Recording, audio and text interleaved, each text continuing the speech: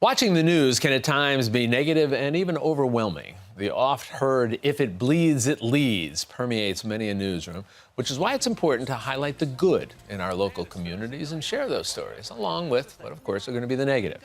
Emmy Award recipient Ernie Anastos is doing just that. Ernie has covered major stories over the last 3 decades, including interviewing world leaders, presidents, but he also covers us, average New Yorkers, with the same enthusiasm and curiosity. Ernie's man-on-the-street style interview on Fox 5 New York called Positively Ernie spotlights our opinions on a range of topics, both lighthearted and heavy. And he's here to tell us more about the importance of good news and local journalism. My good friend, local news legend Ernie Anastos, I got started. Jack, we go back. You and I go back a long time. No question where about, I'm sort of coming on for starting television in the beginning, and I had the great good fortune of being able to sit across from you and you interview me. Exactly, and here we are reversing the roles. When I saw this, I said, I am so thrilled that Ernie's coming to chat. Jack, it's so great to see you, and I love your program. You know, this does such a great service to the people of New York City. It's a wonderful group of people putting this together, and we like to think that quality. We like to think so. It's kind no of question coming about from it. you. That is quite a compliment. I appreciate Let me start off with sort of a bigger picture, and there's so much that I want to talk to you about.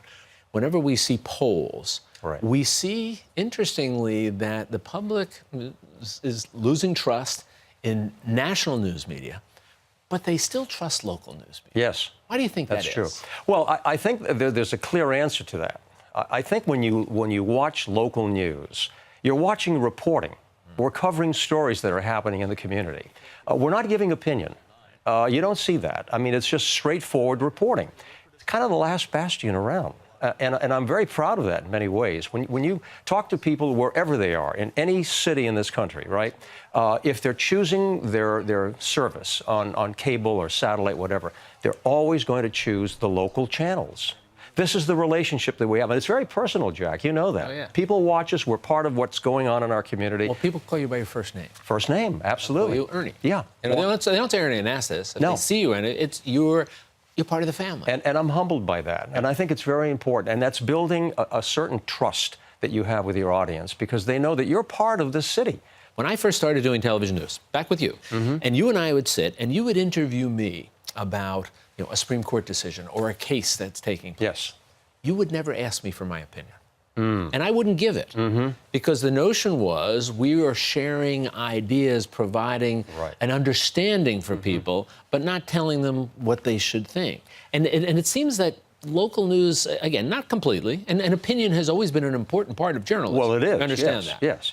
In its proper place. Right. I think that we both defend, the right of free speech and an uncensored press. But I think that we have a real responsibility. When we have so many channels now, when we were, out there were only basically 3 or 4 channels or 3 networks. And now, we have a plethora. You have all the cable, satellite, and all social media and so forth.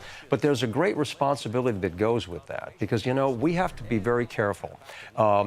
You can't put rumor on the air. You can't put, information that's been not confirmed. We have to be very careful about the opinion. And the viewer has to know that if there is an opinion, there are a lot of people who are darn good at it. But if it is an opinion, it has to be sort of labeled that way. It has to be clear. Let me ask you about, I love your segments, your Positively Ernie segments. Yes. Where did the idea come from, and what are you hoping that those segments will provide for the viewers? Well, I've been very concerned about, the coverage of news. I've been on the air so many years, and every night when you go on the air and you say good evening, and then you proceed to tell them why it's not. And I said, you know what, if we're going to put a newscast together, and they were very kind to me at Channel 5, we sat down, we talked about our 6 o'clock news, and I said, look, if we're going to talk about a problem, let's talk about a solution. Let's find ways that we can fix the issue. Walter Cronkite was a dear friend and a mentor in many ways, and we were talking about news coverage, and he said, our job is to be a dog, okay, a watchdog. We're not a lap dog or an attack dog. We're a watchdog. We bark, and we let people hear what we're talking about and what the issues are, and let them respond. So I felt that, positive news was very important, particularly with young people. But I think that it's important for us to do that. And the kids really were a big part of helping me to do that. And then I wrote a book, Yeah. Ernie and the Big News. Let me ask you about that. I'm going to come back to your conversation. Yeah. But tell me about Ernie and the Big News. Well, you know, Bill Gallo, the great columnist and illustrator at the Daily News, God rest his soul, he was a wonderful guy. He did all the illustrations for me. And it's a book about the adventures of a TV reporter. And it pretty much focuses on good stories and happy endings. And I go out and we work with a charity, St. Francis Food Pantries in New York. We donate about 500 books each time we go out to every child. And I give them a card. And I'm going to give it to you, too. It's an official press card. It's called Ernie and the Big News official press card. I made it out to you, Jack. That makes me official. Yeah. That does. But the line here on the bottom about the reporter, it's authorized to cover stories with accuracy, truth, and fairness. And I think that this is so important. I would like to give this to everybody in our business. Why do you think the sense is that the news, certainly national, but even local, changed and moved away from the idea of weaving positive stories into the newscast? I know people have said, well, you know, so driven by ratings, and people, Well, that's and a people, magic you know, word. and people, you know, you'll get more eyeballs or more clicks, Right, if you're telling a story that's a tragedy than you do about an uplifting one. Do you think that's true? Jack, I have to say something. You know, you mentioned the word ratings, okay? Now, there was a time when newscasts were not rated. Yeah. When the FCC first started, I mean, we had to promise the community what we were going to deliver, a certain percentage of news, information, weather, and so forth. And then you had to prove your performance at the end of your period to show that you were serving the needs of the community. Right. And that was driven by the needs of the community. No question about it. And ratings were not a factor. So we were more of a public service, okay? We were concerned about just making sure that we were informing people, that we were doing our job. Ratings did have a major factor, okay? They did become a very important part of what we do.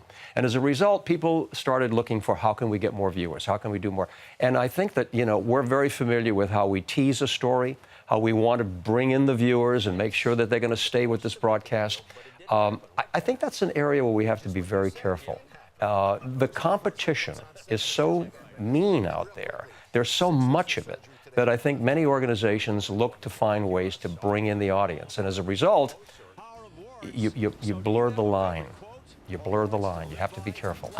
Are you concerned that for all of those factors, the explosion of media outlets out there, the competition for viewers, for clicks, for interest, are you concerned that we might be seeing less of involvement of positive stories because of all of those factors that you mentioned? I'm hoping that it might go the other way.